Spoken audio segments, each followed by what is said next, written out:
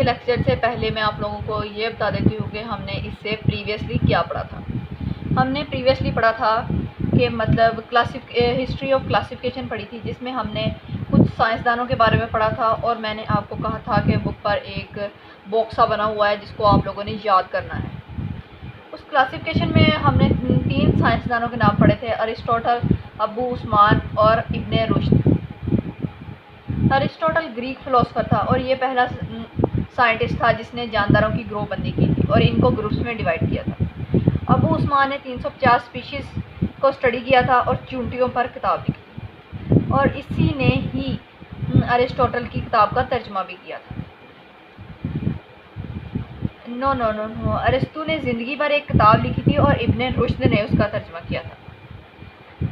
D Anima on the soul. Next आज हम लोग देख लेते हैं kingdom system.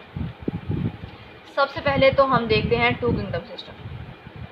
Two kingdom classification system में 2 चीज़ें आ रही थी, एक तो प्लांटी और दूसरे एनिमेलिया। मैं आपको बता दूं कि प्लांटी जितने जानदार रखे गए वो ऑटोट्रॉफ्स थे, मतलब इसमें ऑटोट्रॉफ्स थे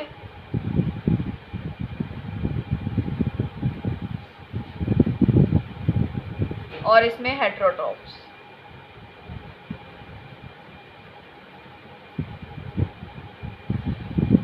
ऑटोट्रॉफ्स वो होते हैं जो अपनी खुराक खुद तैयार कर सकते हैं, जैसे कि हमारे पास पौधे हैं, ये अपनी खुराक खुद ही तैयार करते हैं। और हेटेरोट्रॉफ्स वो होते हैं जो अपनी खुराक खुद तैयार नहीं कर सकते और दूसरों पर इन्हिसार करते हैं अपनी खुराक के लिए। और प्लांटी ऑटोट्रॉफ्स वो है सिंपल इनऑर्गेनिक सब्सटेंस हैं जिनको सिंपल इनऑर्गेनिक सब्सटेंस होते हैं जो कि अपनी खुराक खुद तैयार कर सकते हैं, जबकि ऑटोट्रॉफ्स अपनी खुराक खुद तैयार नहीं कर सकते। ठीक हो गया। ये एनिमेलिया होते हैं जो अपनी खुराक खुद तैयार नहीं कर सकते। इसमें भी हमारे पास ऑब्जेक्शंस आ रही थी। ऑब्जेक्शंस क्या थी वो हम लोग देख लेते हैं। एक तो था यूग्लिना के बारे में पहले हम लोग डिस्कस कर लेते हैं। यूग्लिना में कुछ फीचर्स ऐसे होते हैं जो मतलब प्लांट्स की तरह होते हैं और कुछ ऐसे होते हैं जो एनिमल्स की तरह होते हैं। ठीक हो गया। प्लांट्स की तरह इसमें सेल वॉल तो होती है लेकिन ये अपनी खुराक खुद तैयार नहीं कर सकते। ये दूसरी तरफ से ये हमारे पास हेटेरोट्रॉफ्स है, ये एक ऑब्जेक्शन थी। और दूसरी तरफ प्रोकैरियोट्स और यूकैरियोट्स को ये टू किंगडम क्लासिफिकेशन सिस्टम पूरी तरह वाज़िया नहीं कर सका, जिसकी वजह से ये ऑब्जेक्शंस में आ गया और ये हमारे पास सिस्टम जो था ये सक्सेसफुल नहीं हुआ। ठीक हो गया। प्रोकैरियोट्स और यूकैरियोट्स होते क्या हैं? प्रोकैरियोट्स स्मॉल साइज़ के होते हैं और यूकैरियोट्स लार्ज साइज़ के होते हैं। प्रोकैरियोट्स में मेम्ब्रेन बॉन्डेड ऑर्गेनेलिज नहीं होती, जबकि यूकैरियोट्स में मेम्ब्रेन बॉन्डेड ऑर्गेनेलिज होती हैं। ठीक हो गया। आहिस्ता आहिस्ता आगे बढ़ते गए, ये ऑब्जेक्शंस इसमें आ गई तो जिसकी वजह से ये सक्सेसफुल नहीं हो सका। नेक्स्ट हम जाते हैं 3 किंगडम क्लासिफिकेशन सिस्टम में। 3 किंगडम क्लासिफिकेशन सिस्टम में हमारे पास क्या आ रहा है?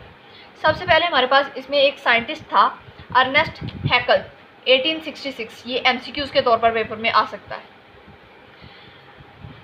ठीक हो गया। अर्नेस्ट हैकल ने एक हमारे पास अलग ही किंगडम बनाया था जो था प्रोटिस्टा।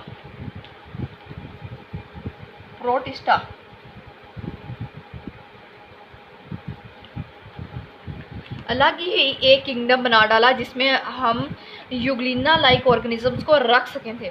उसने इस प्रॉब्लम का हल निकालने की कोशिश की और प्रोटिस्टा जैसा एक किंगडम बना दिया जिसमें हम यूग्लिना लाइक जैसे ऑर्गेनिजम्स को रख सकते हैं।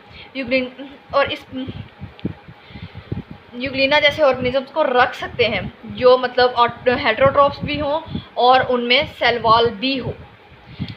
अगर देखा जाए तो इसमें भी ऑब्जेक्शंस हमारे पास आ गई। इसमें आ गया फंजाई और प्रोकैरियोट्स और यूकैरियोट्स का मसला इधर भी हमारे पास हल नहीं हो सका। फंजाई में सेल वॉल तो होती है लेकिन ये सेल वॉल काइटन से मिलकर बनती है। सेल वॉल होती है मेड अप ऑफ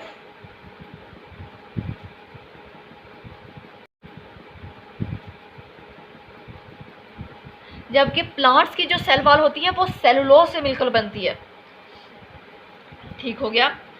ये फंजाई जो होते हैं वो ये स्पेशल हेटेरोट्रॉप्स होते हैं जो एब्जॉर्प्टिव मोड ऑफ न्यूट्रिशन रखते हैं। ठीक हो गया।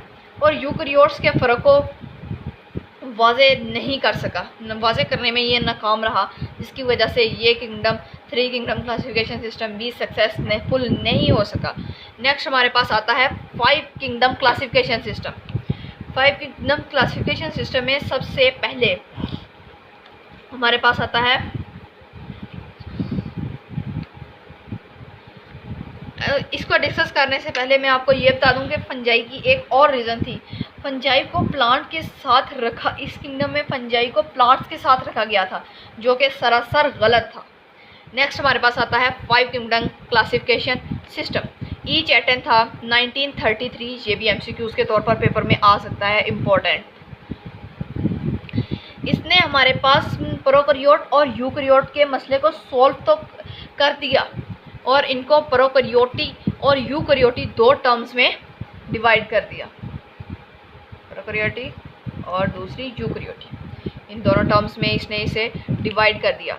इसने ईच एटन ने इस मसले का हल निकाल दिया। इन दोनों को तो उसने अलग अलग ग्रुप्स में रख दिया। नेक्स्ट आहिस्ता आहिस्ता ये मसला बढ़ता गया और रॉबर्ट वाइटेकर ने क्या किया। नेक्स्ट हमारे पास जो साइंटिस्ट था वो रॉबर्ट वाइटेकर था। रॉबर्ट वाइटेकर ने जानदारों को 2 मोड्स ऑफ में तब्दील कर दिया। एक था लेवल ऑफ ऑर्गेनाइजेशन, दूसरा मोड ऑफ न्यूट्रिशन। ऑर्गेनाइजेशन और मोड ऑफ न्यूट्रिशन। रॉबर्ट वाइटेकर ने 5 किंगडम क्लासिफिकेशन सिस्टम, इसने कहा कि मतलब लेवल ऑफ ऑर्गेनाइजेशन मतलब कि वो यूनिसेलुलर हैं, मल्टी सेलुलर हैं, आया वो प्रोकैरियोट्स हैं, वो यूकैरियोट्स हैं, उनका मोड क्या है, मोड ऑफ न्यूट्रिशन मतलब फोटोसिंथेसिस, फोटोट्रॉप्स हैं, उनमें फोटोसिंथेसिस करते हैं या वो हेटेरोट्रॉप्स हैं। उसने इस सब को अलग अलग ग्रुप्स में रखने की सोची।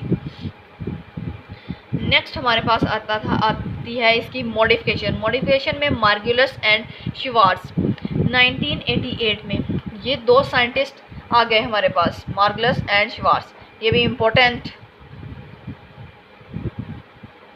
MCQ।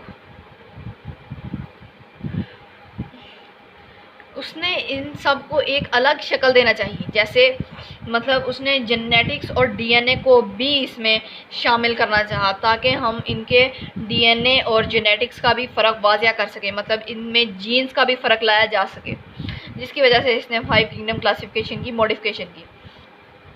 इनमें हम DNA और जीन्स को शामिल किया और उनको बेसिस बनाया। इसने जीन स्ट्रक्चर को बेसिस बनाया इसने। हमारे पास 5 किंगडम क्लासिफिकेशन सिस्टम आया, जिसमें मोनेरा, प्रोटिस्टा, फंजाई, प्लांटी और एनिमेलिया।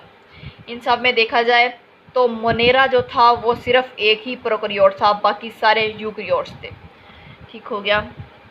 नेक्स्ट मैं आपको ये थोड़ा बहुत बताती चलूँ कि ये हमारे पास शॉर्ट क्वेश्चंस में भी आ सकता है। आया 2 किंगडम क्लासिफिकेशन सिस्टम की ये ऑब्जेक्शंस क्या थी, किस वजह से ये रद्द किया गया। 3 किंगडम क्लासिफिकेशन सिस्टम में कौन सा साइंटिस्ट था, कब था, किंगडम प्रोटिस्टा की वजह आने की क्या थी। वो ये वजह थी ताकि हम लोग इसमें यूग्लिना को फिट कर सकें, हेटेरोट्रॉप्स और यूनिसेलुलर, या फिर आप ये कह लें कि वो मतलब उनमें सेल वॉल थी और हेटेरोट्रॉप्स भी थे। इन चीज़ों को फिट करने के लिए उसने किंगडम प्रोटिस्टा बनाया। फिर हमारे पास 5 किंगडम क्लासिफिकेशन सिस्टम आया, इसमें हमारे पास प्रोकैरियोट और यूकैरियोट का मसला तो हल हो गया था। नेक्स्ट हमारे पास रॉबर्ट वाइटेकर आया। रॉबर्ट वाइटेकर ने बेसिस बनाया 2 चीज़ों को। इसमें रॉबर्ट वाइटेकर ने मॉडिफिकेशन बनाया 2 चीज़ों को, लेवल ऑफ ऑर्गेनाइजेशन और मोड ऑफ न्यूट्रिशन। आया यूनिसेलुलर, मल्टी सेलुलर, ये सारी चीज़ें, और फोटोट्रॉप्स हैं, फोटोसिंथेसिस करते हैं नहीं करते। नेक्स्ट इसकी मॉडिफिकेशन आई मार्गुलस एंड शिवार्ट्स। इसने जीन्स और DNA को बेसिस बनाया और हमारे पास 5 किंगडम क्लासिफिकेशन सिस्टम मुतारिफ़ करवाया। नेक्स्ट अगर आपको इनमें से कुछ भी समझ ना आई हो तो आप लोग हमसे पूछ सकते हैं। Thank you so much.